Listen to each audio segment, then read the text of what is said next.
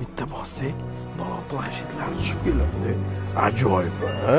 GLEni вообще флига. Va absolutно yangi. Mana qarang, даже mana orqada o'tirgan odam uchun ham mana shu podstakanlik bu yoqqa chiqarilgan. Shu narsani havasda bo'lmaydi. Planshetlargacha bor. И полный ko'ryapsizmi? Sidinaning orqasida detallarigacha Maybach stavkada. Buyurma strakan akustika sistema ham eng topida. Mashina absolutno yangi. 50 km yurgan.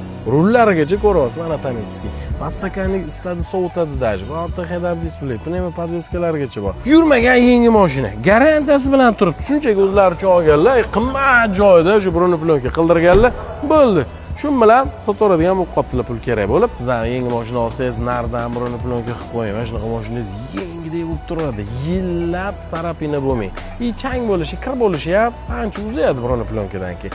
Nardan qildiring. Maza qilasiz. Diska baloni ham qimmat diska balonda.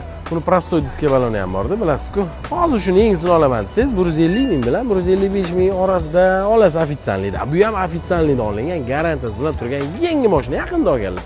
Srochniga 144 mingga bosib olsangiz bo'ladi. Tayyor mashina. Haftalab turib burun plonkalarigacha qildirib qo'yilganlar. Shundoq shtar pulni sanab, shunday haydab chiqib ketaverasiz.